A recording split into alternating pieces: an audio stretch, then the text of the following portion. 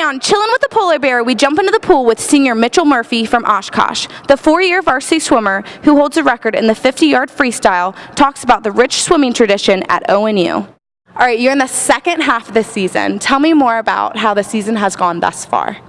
The season's been great so far. I think we put up some pretty good swims with all of our meets that we had throughout the fall and this past weekend, especially against Mount Union. There's some pretty good competition out there for our conference, and I think we're going to do really great in our next coming up to OACs. Last weekend you claimed to share at the OAC title. Tell me more about that experience and what we expect going forward. Well, last weekend was against Mount Union, and there's some of our biggest competition in our OACs. The meet is usually very intense, and everyone's all hyped to get going. And I think we performed really well. The guys took a victory. The women were slightly behind, but for their numbers that they have so far this season, I think they're putting up some really good times.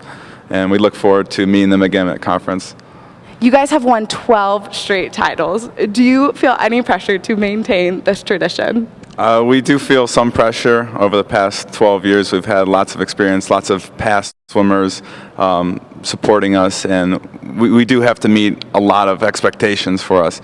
But I think that just pushes us even further to maintain that our conference title and all of our tradition that we've held for all the swimmers that have come before us. So I think without the pressure, we couldn't perform as well as we are. Why do you think ONU has been so successful? I think it's our traditions, all of our bonding that we have as a team. I know we're almost a family by the time we're just barely in the season. After our preseason, we all get together, we meet up with our other new teammates, and we form a bond that's very hard to break.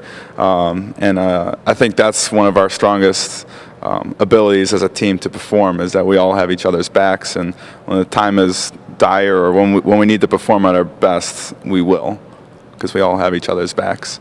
Swimming and diving has been a part of a lot of philanthropic events. Can you tell me more about that? Sure. Some of our events that we hold throughout the year are Swim for CF. That's actually coming up this weekend. And we get a whole bunch of relays going. People donate some money to swim and support the cause for cystic fibrosis research. Our team has been involved with for many years now. And also early in the season, we have a Swim for the Hour of Power.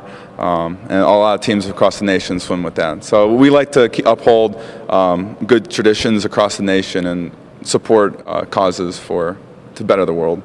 All right, Mitchell, you guys have a winning tradition. Tell me what it's like to swim for ONU. I love swimming for ONU. Back in high school, I swam for a team that really never won anything. So coming here and swimming for one of the best teams in the state, and I think I could perform, and I am performing to my best and even further, surpassing everything I thought I could ever do when I imagined in high school. And now it's my senior year, and I only have a few meets left in a conference.